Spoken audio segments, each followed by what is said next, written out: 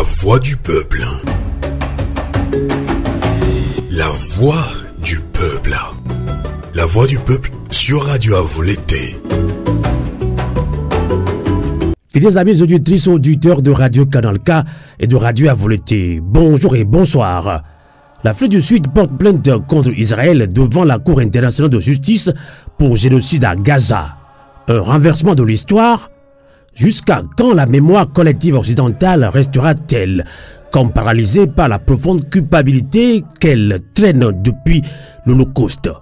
Eh bien, cette interrogation de la rédaction pourrait traduire le fond, la substance et la démarche de l'Afrique du Sud. Elle décrit une réalité incontestée qui caractérise la frilosité des positions occidentales vis-à-vis d'Israël en toutes circonstances et quels que soient les actes, même les plus abominables, posés par l'État juif. Nous n'en voulons pour preuve la réponse du ministre français des Affaires étrangères à l'invitation d'une députée à justifier le refus de la France de soutenir l'action de l'Afrique du Sud. Accuser l'État juif de génocide, c'est franchir un seuil moral, a-t-il déclaré.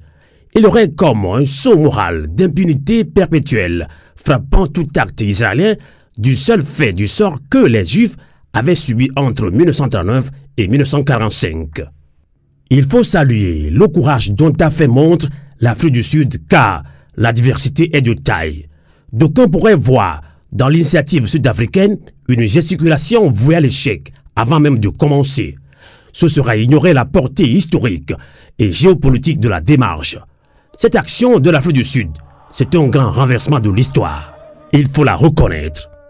Cette action de l'Afrique du Sud est une expression de la remise en cause par le Sud global de l'ordre mondial imposé et dominé par les Occidentaux avec les États-Unis comme chef de file.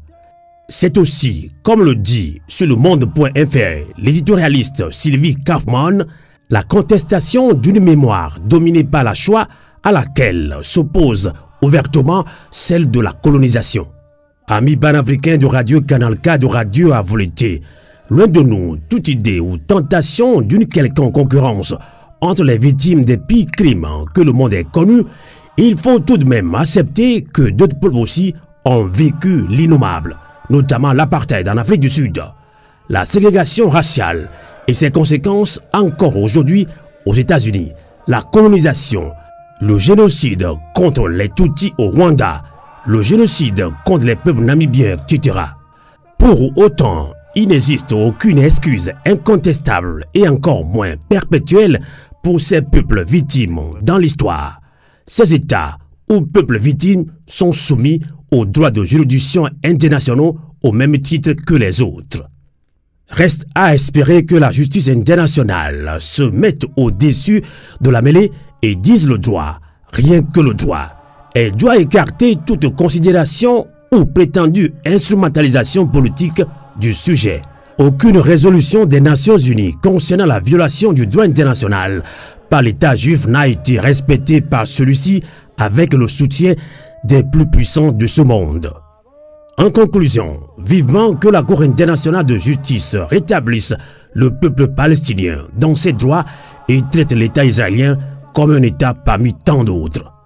Novio a volé Koukoulé, Tedenta, Keleke, Tanye.